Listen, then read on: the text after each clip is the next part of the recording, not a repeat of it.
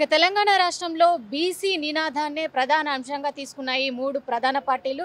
ఎందుకంటే బీసీలకు మా పార్టీతోటే న్యాయం జరుగుతుందని చెప్పేసి అటు కాంగ్రెస్ పార్టీ, అదేవిధంగా మాతోటే న్యాయం జరుగుతుందని చెప్పేసి బీఆర్ఎస్, బీజేపీలు కూడా అంటున్నాయి. మరి ఈ విషయాలకు సంబంధించి నిన్న ఏదైతే తుంగతుర్తిలో సభ కూడా నిర్వహించడం జరిగింది. అదేవిధంగా ధర్నా చౌక్ దగ్గర బీఆర్ఎస్ సంబంధించి కావచ్చు, అదేవిధంగా బీసీల ఆధ్వర్యంలో పెద్ద మహాధర్నా నిర్వహించడం జరిగింది. ఈ విషయాలకు సంబంధించి కైలాష్ నేత ఉన్నారు, కాంగ్రెస్ అధికార ప్రతినిధి.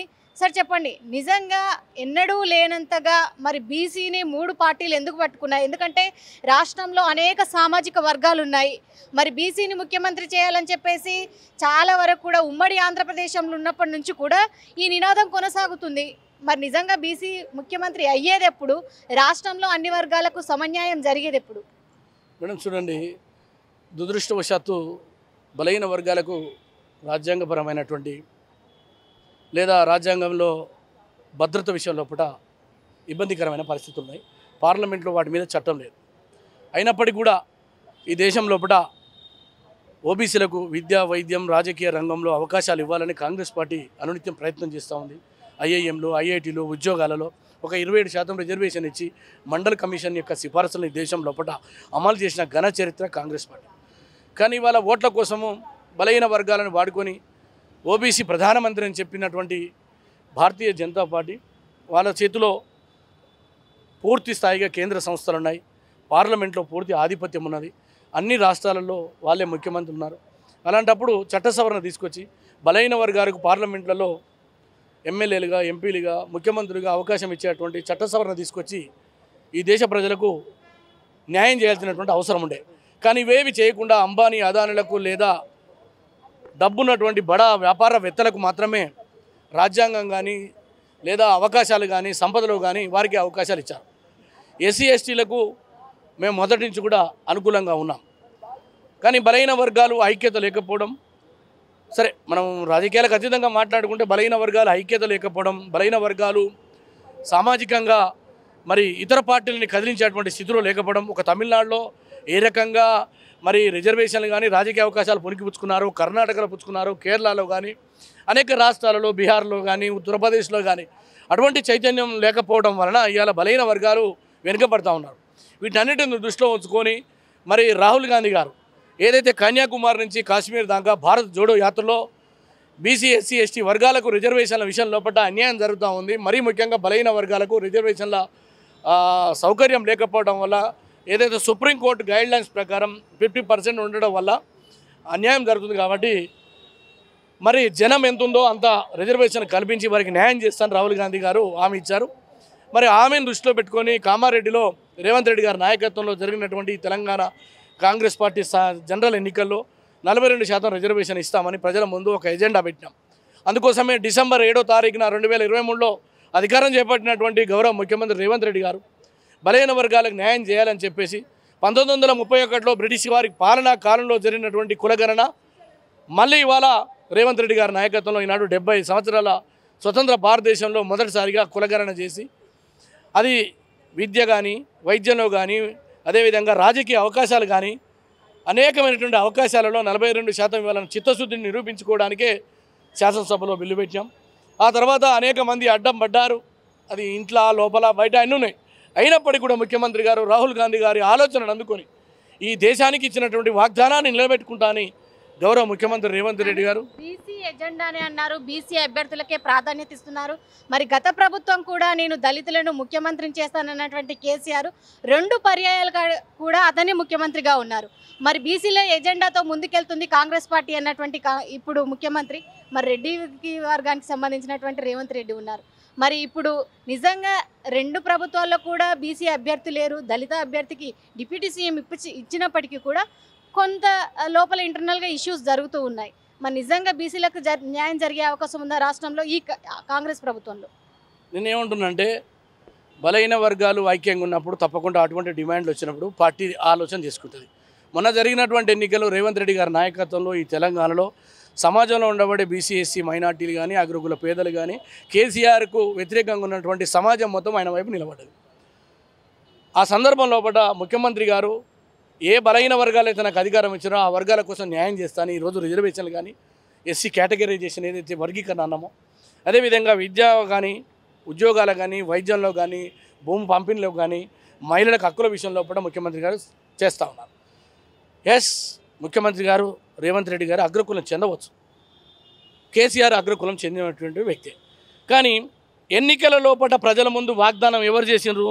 ఆనాటి ముఖ్యమంత్రి కేసీఆర్ గారు 4 కోట్ల తెలంగాణ ప్రజల ముందు శపథం చేసి దళితులను నరికిండు. దళితులకు అవకాశం వేయలే. ఉన్న డిప్యూటీ సీఎం మాదిగ సామాజిక వర్గానికి చెందిన రాజయ్యని పట్ట పగలు నెట్ట నిలువున తన్ని తరిమేసిండు. ఇది సమాజం గుర్తించాలి. కానీ మేము కాంగ్రెస్ పార్టీ దళితుని సీఎం చేస్తా, బీసీని సీఎం చేస్తా అని చెప్పలే. ఏ వర్గాలైతే ఆకలితో, పేదరికంతో, దారిద్ర్యంతో, మరి చీకట్లో, కన్నీళ్లతో ఇబ్బంది పడుతున్నటువంటి ఈ యొక్క సామాజిక వర్గాలని మొత్తం కూడా బలోపేతం చేస్తానికి తప్పకుండా ఇస్తామని చెప్పినారు. ఒకవేళ రాహుల్ గాంధీ గారు అటువంటి వాగ్దానం చేసి ఉంటే 100% ఈ రాష్ట్రంలో బీసీ ముఖ్యమంత్రి అయ్యేవారు. ఇప్పటి వరకు మన రాష్ట్ర క్యాబినెట్లో ఎంతమంది బీసీలు ఉన్నారు మంత్రుల్లో? అదేవిధంగా వేసినటువంటి చైర్మన్ పోస్టులు కావచ్చు, అందులో ఎంతమంది బీసీలు ఉన్నారు?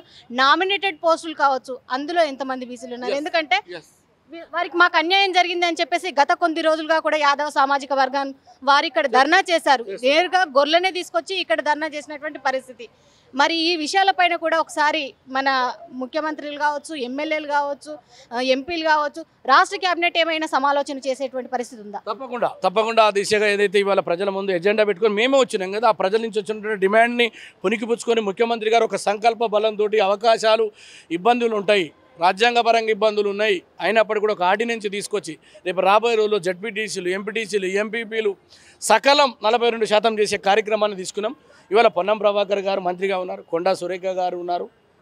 అదేవిధంగా ఈనాడు ఎవరైతే మనం బలైన వర్గాలని చెప్తామో వీళ్ళందరూ కూడా రాబోయే రోజుల్లో అవకాశాలు మరి బీర్లా ఐలయ్య గారికి విప్పించారు, ఆది శ్రీనివాస్ గారికి విప్పించారు. నామినేట్ పదవులు మరి 35 చేస్తే దాదాపు 18 బలైన వర్గాలకు ఇవ్వడం జరిగింది. తప్పకుండా రాబోయే రోజుల్లో ముఖ్యమంత్రి రేవంత్ రెడ్డి గారి నాయకత్వంలో ఏ బలైన వర్గాలు అయితే ఆశించి విశ్వాసం పెట్టుకున్నారో తప్పకుండా ఆ యొక్క నామినేట్ పదవులు కానీ, జిల్లా అధ్యక్ష పదవులు కానీ, మిగిలినటువంటి ఏ పదవులు అయినా బలైన వర్గాలకు సామాజిక న్యాయం రేవంత్ రెడ్డి గారు మాత్రమే చేయగలరు. రేవంత్ రెడ్డి గారు రెడ్డి బిడ్డ, రేవంత్ రెడ్డి గారు అగ్రకులం. అయినప్పటికీ కూడా బలైన వర్గాలకు అన్యాయం జరగద్దు. రాహుల్ గాంధీ గారు ఇచ్చిన మాట దాన్ని తూచా తప్పకుండా గాంధీ కుటుంబానికి విధేయుడై నికార్సైనటువంటి కాంగ్రెస్ బిడ్డగా రేవంత్ రెడ్డి గారు తూచా తప్పకుండా ఈ రాష్ట్రం లోపల ఇప్పటికే 4 మంది మంత్రులు ఉమ్మడి రాష్ట్రంలో ఆనాడు ఏదైతే దళితులకు 2 మాలా 2 మాదిగా ఇచ్చి చరిత్ర సృష్టించినాం. స్పీకరు ఎవరు? ఇవాళ దళిత వర్గానికి చెందినవారు. డిప్యూటీ స్పీకర్, అదేవిధంగా డిప్యూటీ స్పీకరు ఒక షెడ్యూల్ ట్రైబ్కి చెందినవారు. ఇట్లా అవకాశం ఉన్నంత మేరకు కొంతమంది నొచ్చుకుంటారు, ఇబ్బంది పడుతున్నారు. కాంగ్రెస్ పార్టీ అనేది దాదాపు 130 సంవత్సరాల చరిత్ర కలిగినటువంటి కాంగ్రెస్ పార్టీ. ఎందుకంటే గతంలో జాతీయ కేంద్రంలో పాటు దాదాపు కొన్ని 10 సంవత్సరాలు అధికారంలో ఉంది. మరి అప్పటి నుంచి ఇప్పటి వరకు క్రమశిక్షణ విషయంలో మాత్రం కొన్ని ఇష్యూస్ బయటికి రావడం, దాంతోపాటు కూడా కాంగ్రెస్ పార్టీని బదలాం చేసే విధంగా కూడా బయట చర్చలు జరుగుతున్నాయి, బయట వివాదాలు జరుగుతున్నాయి. మరి ఎందుకు ఇతర పార్టీలకు అంత అవకాశం ఇస్తున్నారు? చూడండి, కాంగ్రెస్ పార్టీ అనేది ఒక ప్రజాస్వామ్యమైనటువంటి పార్టీ. ఒక కుటుంబానికో, ఒక వర్గానికో, ఒక కులానికో, ఒక ప్రాంతానికో, ఒక జిల్లాకో, లేదా మరో ఉన్నత వర్గాలకో, బడా వ్యాపార సంస్థలకో చెందింది కాదు. ఏ ప్రజలైతే ఈ దేశం లోపల బ్రిటిష్ వారితోటి ఇబ్బంది పడుతూ ఉన్నారో వారి నుంచి విముక్తి చేసి స్వతంత్రం తీసుకొచ్చి, స్వతంత్రం వచ్చిన తర్వాత ఈ దేశం లోపల నీళ్లు లేక, నిధులు లేక, రోడ్లు లేక, కరెంటు లేక, రైలు లేక, విమానాశ్రయాలు లేక, పాఠశాలలు లేక, వైద్యం లేక కోట్లాది మంది అల్లాడుతుండే అటువంటి వారిని రక్షించడం కోసం ఈ దేశంలో కూడా కాంగ్రెస్ పార్టీ పనిచేసింది. సాధ్యమైనంత మేరకు ఈ దేశంలో ఉన్నటువంటి నిధులని ఈ దేశంలో ఉండేటువంటి పేద ప్రజలకు పంచిపెట్టే కార్యక్రమం తీసుకొచ్చినాం. ఆకలితో ఉన్నవానికి రేషన్ బియ్యం ఇవ్వడం జరిగింది. బడి లేకపోతే బడి కట్టించినాం, గుడి లేకపోతే గుడి కట్టించినాం. అదేవిధంగా పెద్ద పెద్ద ప్రాజెక్టులు తీసుకొచ్చినాం, పరిశ్రమలు తీసుకొచ్చినాం, అన్ని రకాల కార్యక్రమాలు చేసినాం. నిజమే, నువ్వు అన్నట్టుగా కొన్ని ఇబ్బందులు ఉన్నాయి. ఆ ఇబ్బందులు అధిగమించడానికి మనసా వాచన ఈ దేశం కోసం బలిదానం చేసినటువంటి కాంగ్రెస్ పార్టీ ఒక కుటుంబాలు, నెహ్రూ గారు స్వతంత్ర పోరాటం, ఇందిరమ్మ ఈ దేశం కోసం బలిదానం, వారి కుమారుడు రాజీవ్ గాంధీ ఈ దేశం కోసం బలిదానం, మరి ప్రధానమంత్రి అవకాశం వచ్చినా వదిలిపెట్టి ఈ దేశ ప్రజల శ్రేయస్సు కోసం పోరాడుతున్నటువంటి నాయకుడు మరి రాజీవ్ గాంధీ యొక్క కుమారుడు అయినటువంటి రాహుల్ గాంధీ గారు ఖచ్చితంగా ఈ ప్రజలకు ఇచ్చినటువంటి, ఈ ప్రజలు మా మీద పెట్టుకున్నటువంటి నమ్మకాన్ని వమ్ము చేయకుండా బడా వ్యాపారవేత్తలను పక్కకు పెట్టి, అగ్ర కులాలను పక్కకు పెట్టి పేద వర్గాలకు రాజ్యాధికారంలో అవకాశం ఇవ్వాలన్నటువంటి ఒక సంకల్పంతో ఉన్నాడు. ఆ సంకల్పాన్ని ఈ రాష్ట్రం లోపల 100% అమలు చేసేటువంటి దమ్మున నాయకుడు రేవంత్ రెడ్డి. కానీ క్రమశిక్షణకు మారిపోయారు కాంగ్రెస్ పార్టీని. మరి గతంలో ఎప్పుడైతే తీన్మార్ మల్లన్న పార్టీ రూల్ను క్రాస్ చేశారు అనే నేపంతో ఆయన పార్టీ నుంచి బయటకు పంపించడం జరిగింది. ఇప్పుడు నేరుగా చూస్తే ఇద్దరు ఎమ్మెల్సీలు కూడా రాష్ట్ర ప్రభుత్వాన్ని బదనం చేస్తారు. ఎందుకంటే నాకు అన్యాయం జరిగింది, నా పైన కొన్ని అనకూడని మాటలు అన్నారు, కంచం పొత్తు మంచం పొత్తు అనే మాట అది ఎంతవరకు ప్రభుత్వానికి సమంజసం అని చెప్పేసి కూడా కవిత ప్రశ్నించడం జరిగింది. మరి ఎందుకంటే కాంగ్రెస్ హయాంలోనే మీడియాపై దాడులు జరుగుతున్నాయి. గతంలో చూస్తే ఒక శాటిలైట్ ఛానల్ పైన దాడులు జరిగాయి. మరి ఆ విషయంలో కూడా ప్రభుత్వం ఎట్లాంటి చర్యలు తీసుకోలేదు. నేరుగా చూస్తే తీన్మార్ మల్లన్నకు సంబంధించినటువంటి ఒక ఆఫీస్ పైన కూడా దాడి జరిగింది. మరి ప్రభుత్వం ఎట్లాంటి చర్యలు తీసుకోకపోగా మహిళా కమిషన్ చైర్పర్సన్ అయినటువంటి నేరెళ్ల శారద కూడా కవిత యొక్క లేఖను తీసుకోవడానికి కొంత నిరాకరించారు. ఎందుకంటే నేరుగా తానే వస్తే అన్ని విషయాలు నాకు చెప్తే తప్ప నేను తీసుకోను అని చెప్పేసి కూడా ఒక మాట అన్నారు ఫోన్లో. మరి దీన్ని ఏ విధంగా చూస్తారు? నిజంగా ఆమె ఒక న్యాయవాదిగా అంటే న్యాయవాది కాకుండా కూడా మహిళలకు రక్షణ కల్పించాల్సినటువంటి చైర్పర్సనే ఇలాంటి మాట్లాడడం, దీన్ని ఏ విధంగా చూస్తారు? చూడండి, తీన్మార్ మల్లన్న గారు గతంలో యూట్యూబ్ ఛానల్ ద్వారా ప్రజలకు చేరువైనటువంటి వ్యక్తి. సరే, కేసీఆర్ మీద పోరాడిండు, ఆ తర్వాత సొంతంగా పోటీ చేసిండు, అయినప్పటికీ కూడా గెలవలేదు. మళ్ళీ కాంగ్రెస్లోకి వచ్చిన తర్వాత వారు ఎమ్మెల్సీ అయ్యారు. కాంగ్రెస్ పార్టీ బీఫామ్ మీద, అది గుర్తుపెట్టుకోవాలి. కాంగ్రెస్ పార్టీ వారు పోరాటం చేసినప్పుడు కూడా అందరికీ అవకాశం వారికి ఇచ్చింది. మా దగ్గర ఉన్నటువంటి ఎమ్మెల్యేలు, ఎంపీలం, కాంగ్రెస్ పార్టీ కార్యకర్తలు అందరం పనిచేసినాం. ముఖ్యమంత్రి గారి ఆశీర్వాదం, పిసిసి అధ్యక్షుల ఆశీర్వాదంతో వారు అయ్యారు. అయిన తర్వాత సరే, వారికి ఒక ఎజెండా ఉంది, ఆ ఎజెండా ప్రకారం పోతూ ఉన్నారు. అది మా పార్టీకి కానీ మాకు కానీ సంబంధం లేదు. ఏది ఏమైనా చట్టపరంగా చట్టానికి లోబడి మేము చేసేటువంటి కానీ వ్యక్తిగతంగా దూషణలు కానీ మాకు సంబంధం లేదు. అది వారే సమాధానం చెప్తారు. మా పార్టీ నుంచి వారు బయటికి పోయారు. ఇవాళ నేను ఒకటే మనం చేస్తూ ఉన్నా, వారు ఎత్తుకున్నటువంటి అంశం ఏదైతుందో బలైన వర్గాలకు రాజ్యాధికారం కానీ లేదా ఉద్యోగాలు కానీ, ముఖ్యమంత్రి కావాలి, మంత్రులు కావాలి, ఎమ్మెల్యేలు కావాలన్న సంకల్పం ఏదైతే వారికి ఉన్నదో డెఫినెట్గా నేను ఆహ్వానిస్తున్నా, స్వాగతిస్తున్నా, మెచ్చుకుంటున్నా. కానీ వారు వాడుతున్న భాష కానీ, వారు మాట్లాడుతున్నటువంటి మాట కానీ, ఇతర కులాలను కానీ ఇతర వర్గాలను కించపరిచే విధానాన్ని నేను ఎందుకంటే తప్పు. ఏ వర్గమైనా ఏ కులమైనా ఎందులో ఒక కులంలో పుడతారు, దానికి వారు బాధ్యత వహించరు. అధికారంలో ఉన్న వాళ్లకు అటువంటి అవకాశం ఉండి కూడా చెయ్యరు. చాలామంది అధికారం ఉన్నారు. ఇప్పుడు కేసీఆర్ ఉన్నాడు, ఏం చేసిండు 10 ఏళ్లలో బీసీలకు కానీ, ఎస్సీలకు కానీ, ఎస్టీలకు కానీ. కానీ అగ్రకులానికి చెందినటువంటి రేవంత్ రెడ్డి గారు ఇవాళ కేటగరైజేషన్ చేసిండ్రు. వీసీల నియామకం లోపల ఏదైతే దళిత వర్గాలను అనేక సంవత్సరాలుగా లక్షలాది మంది మాదిగ సోదరులు బాధపడుతుంటే మరి వారి కన్నీళ్లు దుర్చడానికి ఎస్సీ వర్గీకరణ చేసిండు. 42% రిజర్వేషన్లు ఆశామాషి కాదు. ఇది చరిత్రలో, భారతదేశ చరిత్రలో రేవంత్ రెడ్డి గారి యొక్క ఫోటోను పెట్టుకొని పూజించే రోజులు వస్తాయి. అదేవిధంగా ఈనాడు ఎమ్మెల్యేలుగా, ఎమ్మెల్సీలుగా, మంత్రులుగా అవకాశాలు వస్తున్నాయంటే అది కాంగ్రెస్ పార్టీ ద్వారా. కాంగ్రెస్ పార్టీలో ఉండి నువ్వు కాంగ్రెస్ పార్టీకి వ్యతిరేకంగా మాట్లాడితే మాలాంటి వాళ్ళం ఒప్పుకో. నువ్వు బయటికి పోయినావు, అది నీ ఇష్టం. ఇవాళ కవితకు సంబంధించి మీరు మాట్లాడతాం. నేరుగా బీఆర్ఎస్ జాగృతి సభ్యురాలే అంటున్నారు. మరి కంచం పొత్తు మంచం పొత్తు అంటున్నారు. సోనియా గాంధీ కావచ్చు, ప్రియాంక గాంధీ కావచ్చు, తెలంగాణతోటి కంచం పొత్తు మంచం పొత్తు చేసుకున్నారా అని చెప్పేసి ప్రశ్నించడం జరిగింది. దీనికి ఏ విధంగా స్పందిస్తారు? ఒకటి ఏంటంటే, వాస్తవంగా కంచం పొత్తు మంచం పొత్తు అంటే, కంచం అంటేనే బువ్వ తినడు, మంచం అంటే బియ్యం ఇచ్చుకోవడం అన్నట్టు, పిల్లని ఇచ్చుకోవడం, అటువంటి పొత్తు లేదన్నాడు. సరే, అది ఆ సందర్భంలో వాళ్ళకి తప్పు దోషింది, దానికి సంబంధించి ఆయనే మాట్లాడతాడు. ఎందుకంటే మేము మాట్లాడింది కాదు. కానీ వాళ్ళ సోనియా గాంధీకి కానీ, రాహుల్ గాంధీ గారికి కానీ, ప్రియాంక గాంధీ కానీ ఈ మట్టితో అనుబంధం ఉంది.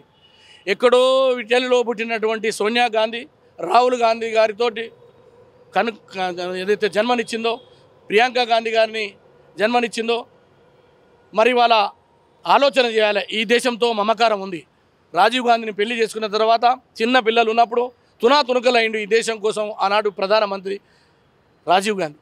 అటువంటి కుటుంబాన్ని వదిలిపెట్టి పోకుండా, విదేశాలకు పోకుండా, సిరి సంపదలు ఉన్నప్పటికీ ఈ దేశం నా దేశం, ఈ ప్రజలు నా ప్రజలు, ఈ దేశ నాయకునితో నేను సహజీవనం చేసి ఇద్దరు పిల్లల్ని, చిన్న పిల్లలు తీసుకొని భయపడకుండా మొక్కవోని ధైర్యంతో ఈ దేశ ప్రజల కోసం జీవించిన ఏకైక నాయకురాలు శ్రీమతి సోనియా గాంధీ గారు. అటువంటి కన్నీళ్ళ బాధలని అర్థం చేసుకోకుండా నీచంగా, నికృష్టంగా సోనియా గాంధీ గురించి మాట్లాడేటువంటి నైతిక అర్హత ఈ విధవలకు లేదు.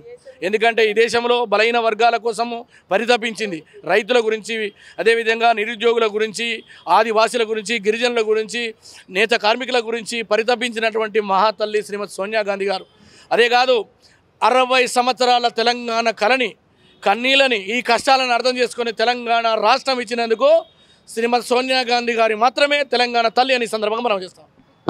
ఓవరాల్గా చూస్తే మాత్రం ఇప్పుడు వచ్చేటువంటి ఏదైతే ఇద్దరు ఎమ్మెల్సీలు బీఆర్ఎస్ కావచ్చు, అదేవిధంగా ఇండిపెండెంట్గా ఉన్నటువంటి తీన్మార్ మల్లన్న కావచ్చు, వీరిద్దరు పదవుల్లో ఉండడానికి అర్హత కోల్పోయారు. ఎందుకంటే ప్రజాప్రతినిధులుగా ఎన్నుకున్న తర్వాత ప్రయోజనాల కోసం మాత్రమే చట్టసభల్లో మాట్లాడాలి, వ్యక్తిగత ధోరణిలో వెళ్ళకూడదంటున్నారు. అదేవిధంగా ఎప్పుడైతే కాంగ్రెస్ పార్టీ సబ్బండ వర్ణాలకు సమన్యాయం చేసే విధంగా కూడా ఉంటుంది, ఇందులో ఎలాంటి సందేహం లేదంటున్నారు కాంగ్రెస్ అధికార ప్రతినిధి అయినటువంటి కైలాష్ నేత. వీడియో జర్నలిస్ట్ రంజిత్తో రాణి, గాంధీ భవన్.